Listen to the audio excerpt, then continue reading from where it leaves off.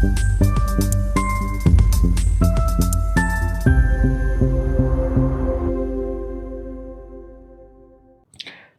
मित्रांनो, ठाकरे तक म्हणून ओळख असलेल्या सगळ्या मराठी चॅनलचे, म्हणजे मी फक्त मुंबई तक बद्दल बोलत नाहीये.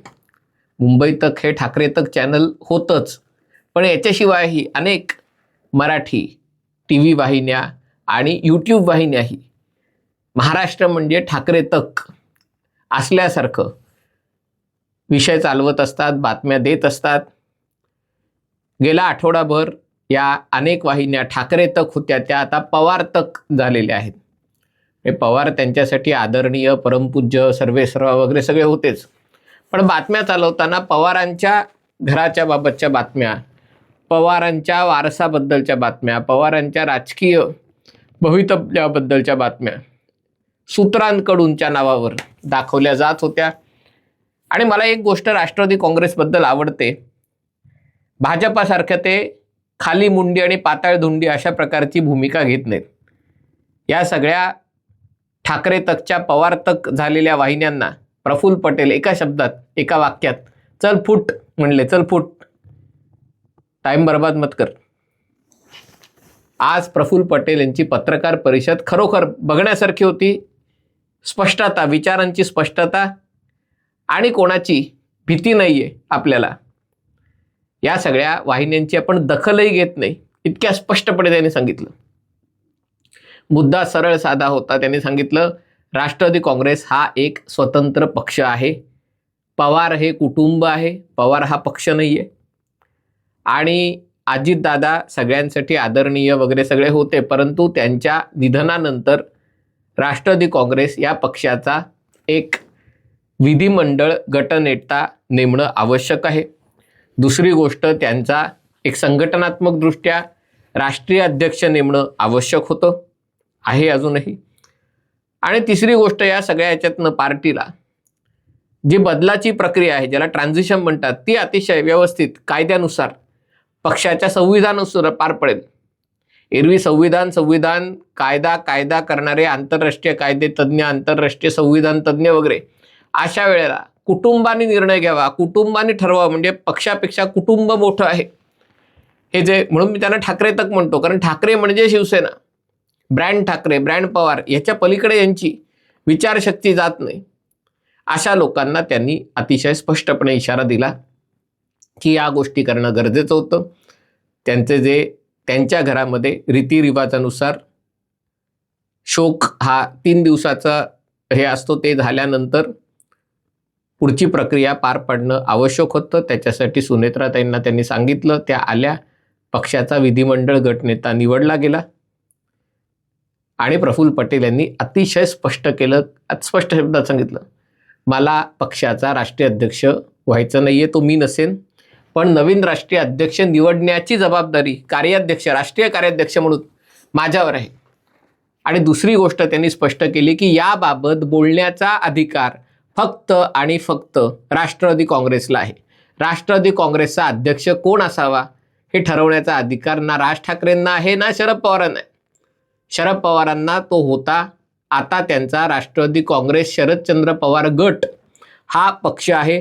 त्या पक्षातला महाराष्ट्राचा अध्यक्ष, राष्ट्रीय अध्यक्ष, आंतरराष्ट्रीय अध्यक्ष, बुध ग्रहावरचा अध्यक्ष, मंगळ ग्रहावरचा अध्यक्ष, जे काही ठरवायचं आहे तो निर्णय तुमच्या पक्षाचा आहे. आमच्या पक्षाचा निर्णय आम्ही करणार, कायद्यानुसार करणार, आणि जे मी काही प्रक्रिया पार पाडलेली आहे ती कायद्यानुसार पार पडलेली. इथे हा विषय संपलेला आहे. आणि हे करताना प्रफुल्ल पटेल यांनी आज राष्ट्रीय लोकतांत्रिक गठबंधन म्हणजे RNDA रालोआ तर्फे पंतप्रधान नरेंद्र मोदींचा सत्कार केला. कशासाठी केला तर भारत आणि अमेरिका यांच्यामध्ये यशस्वीरित्या व्यापारी करार, अर्थात अजून व्यापारी करार झालेला नाही, पण कुठल्या आधारावर हा व्यापारी करार होणार हे फ्रेमवर्क निश्चित झालेलं आहे. आणि त्यासाठी पंतप्रधान नरेंद्र मोदींचं अभिनंदन घटक पक्षांकडून करण्यात आलं. ते घटक पक्षांकडनं अभिनंदन केलं गेलं, ते प्रफुल्ल पटेल यांच्या हस्ते केलं गेलं. याच्यातनं अतिशय स्पष्ट संदेश दिलेला आहे की पंतप्रधान नरेंद्र मोदी असोत किंवा गृहमंत्री अमित शहा असोत, हे राष्ट्रवादी काँग्रेसचे प्रतिनिधी म्हणून प्रफुल्ल पटेल यांच्याकडे बघतात, दिल्लीतले प्रतिनिधी. यात ते शरद पवार यांचं स्थान कुठेही बघत नाहीत. शरद पवारांची त्यांची वैयक्तिक पातळीवर किंवा राजकीय पातळीवर मैत्री असू शकते, पण शरद पवार हे वेगळ्या पक्षाचे आहेत, प्रफुल्ल पटेल वेगळ्या पक्षाचे. आणि त्यामुळे जो तमाशा गेला आठवडाभर या माध्यमांकडनं चालू होता, त्या तमाशाला आता फुल स्टॉप, पूर्णविराम मिळेल अशी मला अपेक्षा आहे.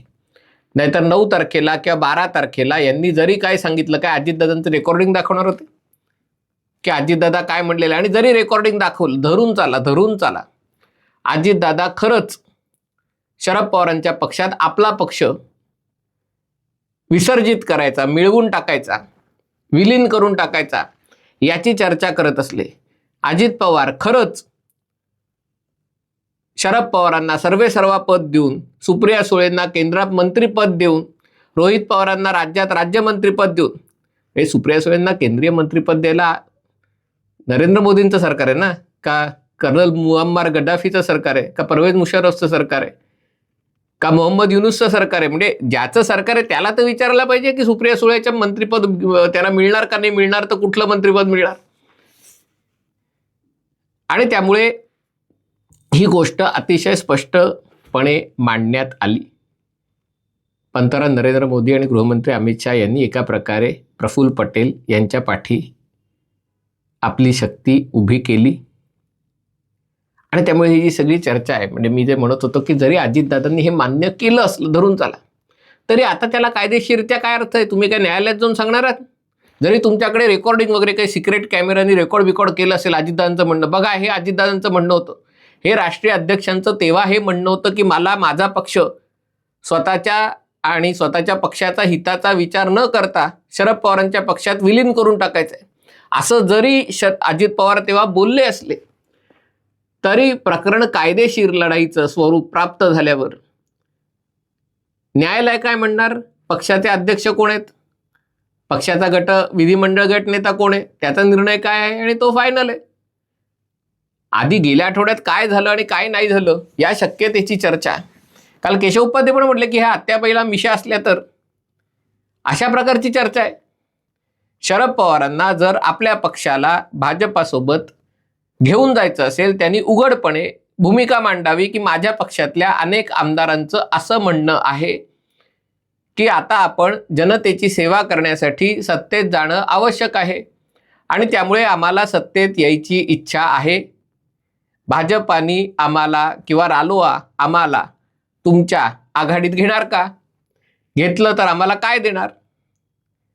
मला असं वाटतं शरद पवारांनी ही भूमिका घेतली की NDA आणि NDAचं नेतृत्व करणारा भाजपा स्पष्टपणे भूमिका घेईल की आम्ही तुम्हाला घेणार नाही आहोत, तुम्ही तुमची विचारधारा बदलल्याशिवाय आम्ही तुम्हाला घेणार नाही. कदाचित ते म्हणतील तुम्ही जर मोदी सरकारला पाठिंबा दिला तर आम्ही तुम्हाला सोबत घेऊ, सोबत घेतलं तर तुम्हाला हे मंत्रिपद मिळू शकेल.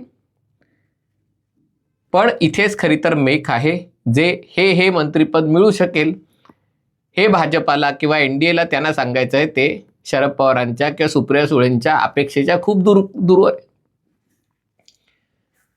आणि त्यामुळे आपल्या टर्म्स अँड कंडिशन्सवर भाजपासोबत जाण्यासाठी ही केविलवाणी व्यर्थ धडपड आहे. हे जर 3 महिन्यापूर्वी 4 महिन्यापूर्वी केलं असतं, प्रयत्न केले असते तर चांगलं बार्गेन करता आलं असतं. ही जर गोष्ट वर्षभरापूर्वी केली असती, निवडणुकांच्या आधी केली असती भाजपानी, कारण तेव्हा भाजपाला गरज होती. लोकसभेच्या पराभवानंतर म्हणजे काठावरच्या विजयानंतर भाजपाला गरज होती. तेव्हा जर अशी काही ऑफर दिली असती तर कदाचित अपेक्षेपेक्षा जास्त पदरात पडलं असतं. पण आता विधानसभेच्या निवडणुकांनंतर, स्थानिक स्वराज्य संस्थांच्या निवडणुकांनंतर असे आकडे समोर आलेले असताना भाजपा तुम्हाला का बरोबर घेईल? आणि त्यामुळे हे जे स्वतःची पत घालवून जे काम करत आहेत, म्हणून म्हटलं की भाजप या जागी असता तर भाजपनी गप्प बसून हे सगळं सहन केलं असतं. रोज खोटा अजेंडा चालवणाऱ्या बातम्या, मग कुठल्या तरी पत्रकारांना पॅनलवर बसवायचं, त्यांनी सांगायचं की नाही शरद पवारच पक्षाचं नेतृत्व करू शकतात, सुनेत्राताईच राष्ट्रीय अध्यक्ष होऊ शकतात. प्रफुल्ल पटेल, सुनील तटकरे कशा प्रकारे पक्ष हायजॅक करण्याचा प्रयत्न करत आहेत. अशा प्रकारे 4 ठिकाणी चर्चा घडवून आणायच्या, 10 जणांच्या ट्विटरच्या आणि फेसबुकच्या वॉल रंगवायच्या. ते पुण्यातले लवासा विरोधी जे सगळे कार्यकर्ते होते पर्यावरणवादी, तेही आता पवार तक कार्यकर्ते झालेले आहेत. त्यांना अचानक पवारांमधलं नेतृत्व गुण दिसायला लागलेलं आहे, सेक्युलरिझम दिसायला लागलेलं आहे, कदाचित पर्यावरणवादी दिसायला लागेल, कारण त्यांना मोदींना हरवायचं. आणि म्हणून भाजपा जी भूमिका घेत नाही, भाजपा म्हणतो जाऊ दे आपण त्यांना निवडणुकीतनं उत्तर देऊ, कशाला उगाच विरोधात द्यायचं. ही जी सद्गुण विकृती भाजपाकडे आहे ती सद्गुण विकृती राष्ट्रवादीकडे अजिबात नाही आहे. प्रफुल्ल पटेल यांनी स्पष्ट शब्दात सांगून टाकलं की जे नाही आहे ते मागू नका, मिळणार नाही. आमच्या पक्षाच्या गोष्टी आम्ही ठरवू. मेरे अंगणे में तुम्हारा क्या काम है, जो है नामवाला वही तो बदनाम है. त्यामुळे शरद पवारांनी हे समजून घ्यायची गरज आहे. आपले जे चेले चपाटे सगळ्यांना सत्तेत जायची, सत्तेच्या काय म्हणतात शाही स्नानाची ज्यांना अतिशय इच्छा अनावर झाली, त्यांनी उघडपणे भाजपाला प्रस्ताव द्यावा की आम्ही तुमच्या पक्षात यायला तयार आहोत, आम्ही तुमच्यासोबत यायला तयार आहोत. एवढं साधं गोष्ट आहे. पण आता तेच करावं लागणार आहे, कारण परतीचे मार्ग प्रफुल्ल पटेल यांनी बंद केलेले आहेत. त्यांनी स्पष्ट भूमिका घेतलेली आहे आणि हीच भूमिका सुनेत्राताई पवारांची देखील, पार्थ पवारांची देखील आणि राष्ट्रवादी काँग्रेसच्या सगळ्या आमदारांची देखील असणार आहे. हा व्हिडिओ आपल्याला आवडला असेल तर कृपया लाईक करा, शेअर करा आणि चॅनल सबस्क्राईब करण्याची विनंती आहे. तुर्तास इथेच थांबतो. पाहत रहा MH48.